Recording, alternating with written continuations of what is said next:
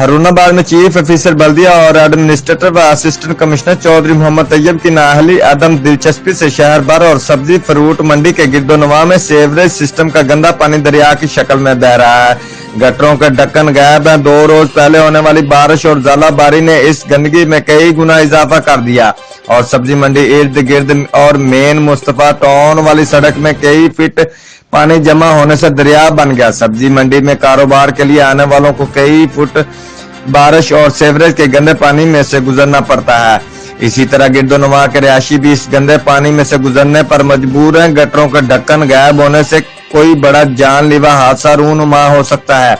Citizen council Haroonabad समेत मारूफ समाजी शख्सियत मोहम्मद सरवर काका जी ने मुतल्लिका हुकाम से फिलफौर इस्लाह अहवाल का मुतालबा करते हुए कहा कि इससे पहले खुले बगैर ढक्कन गटरों में गिरकर जान गंवाएं या हड्डी पसली तुड़वा कर हमेशा हमेशा के लिए अपाहिज जिंदगी गुजारने पर मजबूर हो जाए। इन गटरों पर ढक्कन रखे जाए और मुकम्मल सफाई करवाई जाए ताकि किसी भी वबा से बचा जा सके। रिपोर्ट अल्लाह रखा बाबर, जियो एक्सप्रेस न्यूज, हरुणाबाद।